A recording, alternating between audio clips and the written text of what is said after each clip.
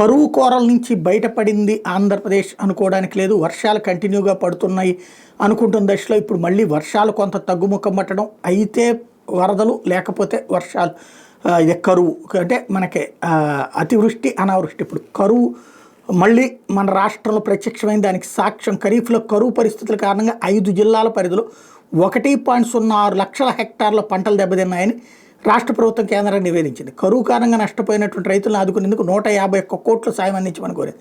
కేంద్ర వ్యవసాయ రైతు సంక్షేమ శాఖ సంయుక్త కార్యదర్శి పెరెండే నేతృత్వంలోని అధికారుల బృందం ఆంధ్రాలోని వివిధ ప్రాంతాల్లో పర్యటించింది.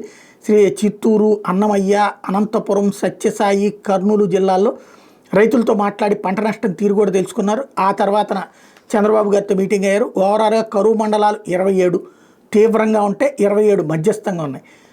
ఇందులో 1.06 లక్షల హెక్టార్లు పంట నష్టపోతే 1.44 లక్షల మంది రైతులకి నష్టం జరిగింది. ఉత్పత్తి నష్టమే 240 కోట్లు ఉంది. ఇందులో వ్యవసాయం మీద పెట్టుబడి రాయితీ 90 కోట్లు కావాలని, పశుసంవర్ధక శాఖకి 55 కోట్లు కావాలని, గ్రామీణ నీటి సరఫరాకి 0.78 ఇవ్వాలని, పట్టణ నీటి సరఫరాకి 4.89 ఇవ్వాలి, టోటల్గా 151 కోట్లు ఇవ్వాలన్నటువంటిది రాష్ట్ర ప్రభుత్వం కేంద్రాన్ని అడిగింది. మేబీ ఇందులో వ్యవసాయాన్ని ఇస్తారు రాయితీది, పశుసంవర్ధకానికి సంబంధించి కొంత ఇవ్వచ్చు, గ్రామీణ నీటి సరఫరా అనేది దీంతో రాదు.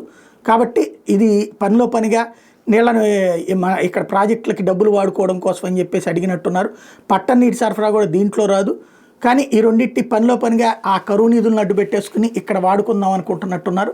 దానికి అనుమతించకపోవచ్చు. అప్పుడు ఈ 4 0.78 పోతే దగ్గరగా ఈ 5 పోయి టోటల్గా 140 ఇది పశుసంవర్ధక శాఖను కూడా తగ్గిస్తారు. నాకు తెలిసి 20 కోట్లు 10 కోట్లు తీసుకొస్తారు.